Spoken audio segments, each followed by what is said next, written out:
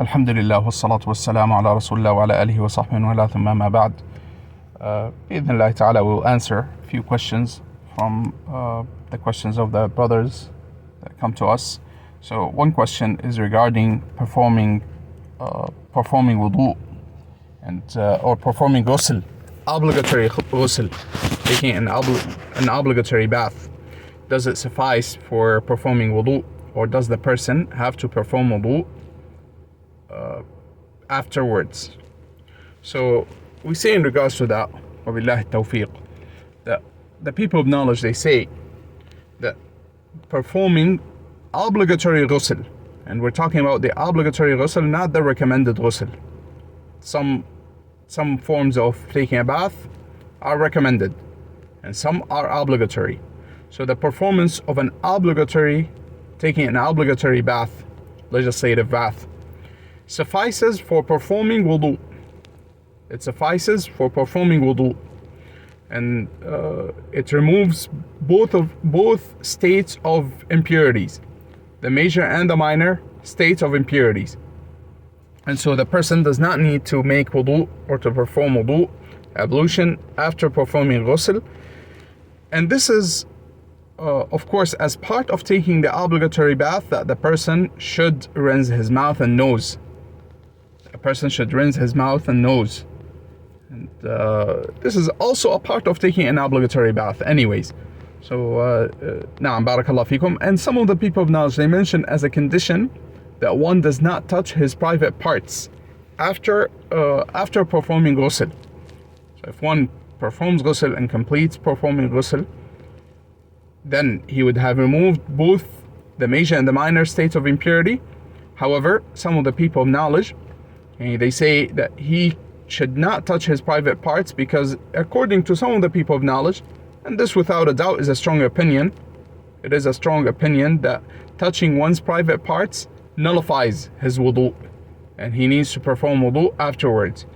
This is one opinion of the people of knowledge, and those who hold this opinion, they say that a condition for the ghusl to actually suffice for both major and minor states of impurity is that one does not touch his private parts after performing ghusl. Otherwise, he would have nullified his wudu because of touching his private parts. Wallahu a'lam. Another question from a brother is, if someone sits and praises the people of innovation, can someone directly and immediately start warning against him? We say in regards to that, barakallahu fikum, that depends on the situation of the individual.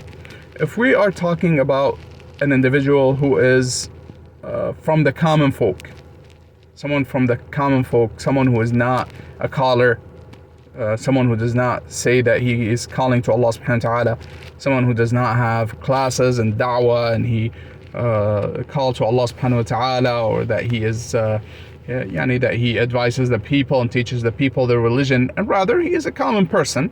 He does not know better.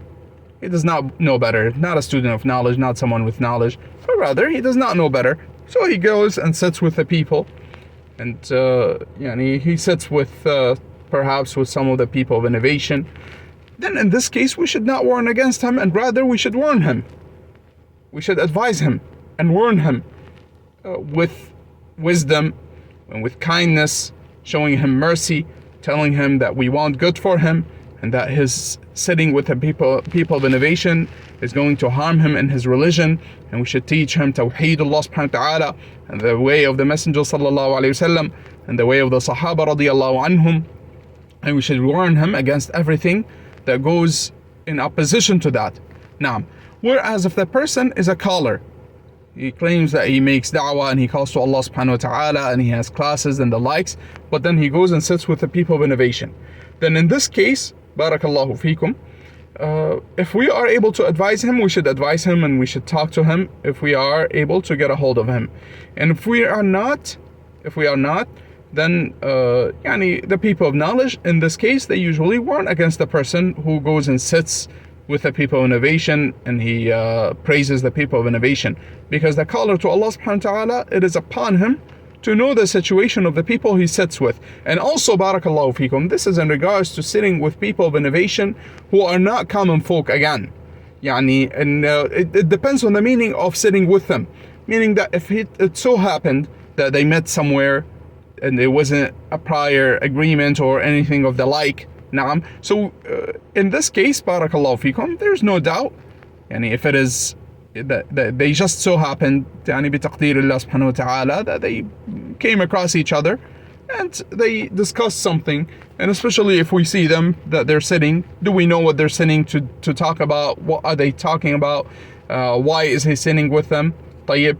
And we're talking about people of innovation, meaning callers to the innovation, not people who are who are not people who are ignorant, people who are not aware of the of innovations. Naam, he might be this individual, just to to basically mention the different possible scenarios.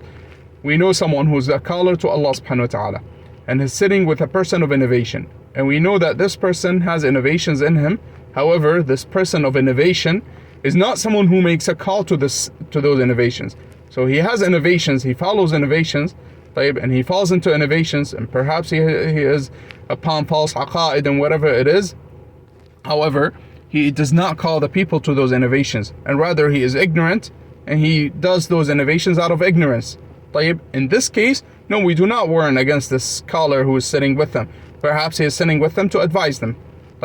Another condition or another possibility is that this caller to Allah subhanahu wa ta'ala is sitting with a person of innovation who is a caller to innovations, who is someone who is known to call to innovation, someone who is known to spread innovations and spread falsehood. In this case, we say, what does sitting with them mean? If it means that he came across them and he gave them salam, for example, then no, he's not sitting with them. Because some people, and I'm saying this because some people, they are hasty in warning against individuals, and they say, we saw him sitting with such and such. What does see him sitting next to him? Did you see him, for example, sitting next to him in salah, and that's it? Or did you see him sitting with him as in the other type of being with them? And that is like the questioner, Jazahullah khairan, asked, praising them, or sitting with them as in they are teaching in a conference together. They're announcing for a conference together. There's a difference between the two, as the people of knowledge mentioned. An example of that is a person, a caller to Allah subhanahu wa ta'ala, a student of knowledge, a Salafi student of knowledge, going to masajid of people of innovation, or masajid of the common folk. Those common people, they invite anyone. And if a student of knowledge, a Salafi student of knowledge, he was invited, the people of knowledge, they say, and they are not known to those individuals, those, for example, this masjid, that they are not going to utilize the student of knowledge or basically force him to speak about specific topics, and rather they keep the door open for him to choose the topics, and therefore he can teach them the sunnah and warn them against innovations and call them to tawheed Allah subhanahu wa ta'ala. And other than that, then in this case, inshallah, he can go, especially if he sees that they are willing to listen. They are not inviting him because of things that they have that they want to accomplish. No, they are inviting him because they want to learn and they don't know better. Then he should go and teach them. Whereas if they invite him and tell him, no, we have a conference and we're inviting so and so, and they list a bunch of people of innovation, and they tell him that they want to invite him to join them in their conference, then he should not go, and he should excuse himself and tell them either straight out, depending on the situation and how he wants to call them to Allah subhanahu wa ta'ala and advise them.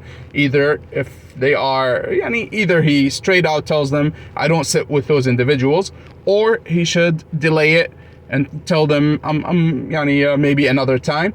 If they are of the first type, meaning that they don't know better and they want to invite people who will call them to Allah subhanahu wa ta'ala and they don't know better, then in this case he will tell them maybe another time, and then he goes and visits them and advises them. Na'am, barakallahu fikum. So we should not be hasty. And we should not run and rush into warning against individuals because he sat with so and so. But at the same time, we should not water it down.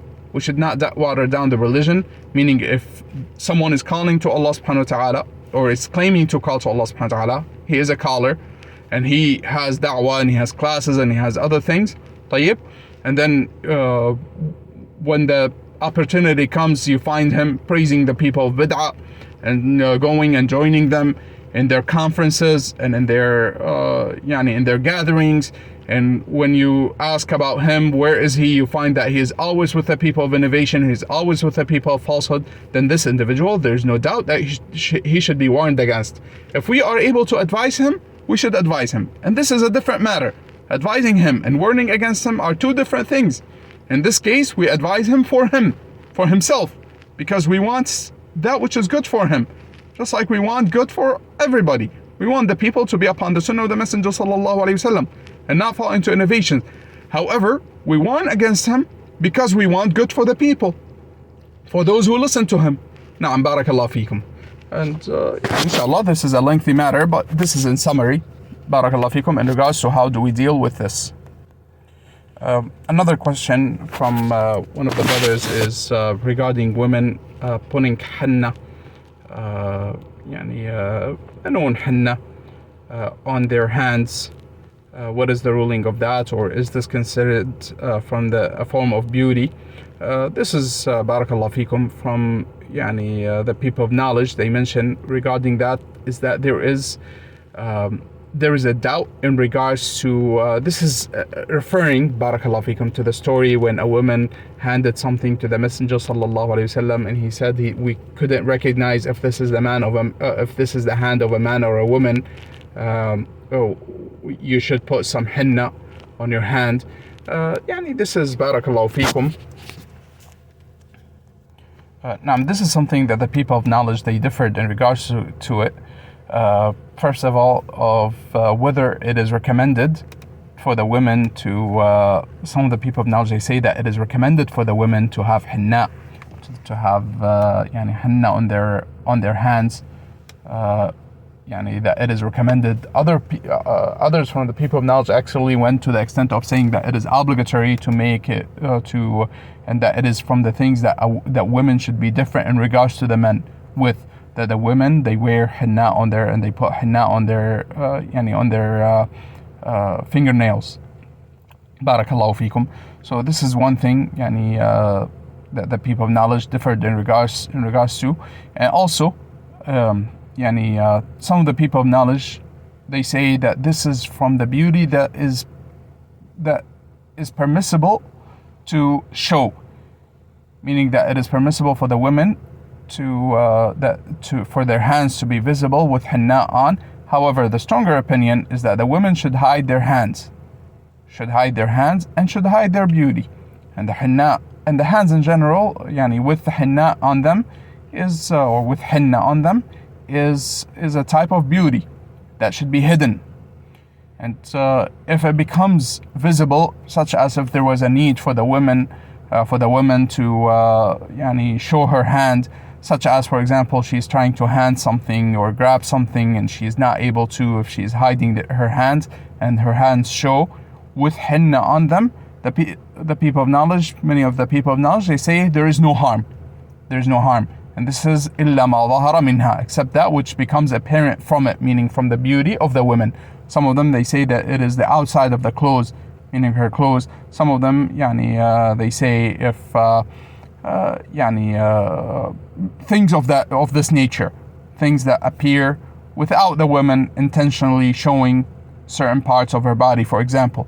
So some of the people of knowledge, they say this is from the beauty that is permissible to show when there is a need. Wallahu a'lam.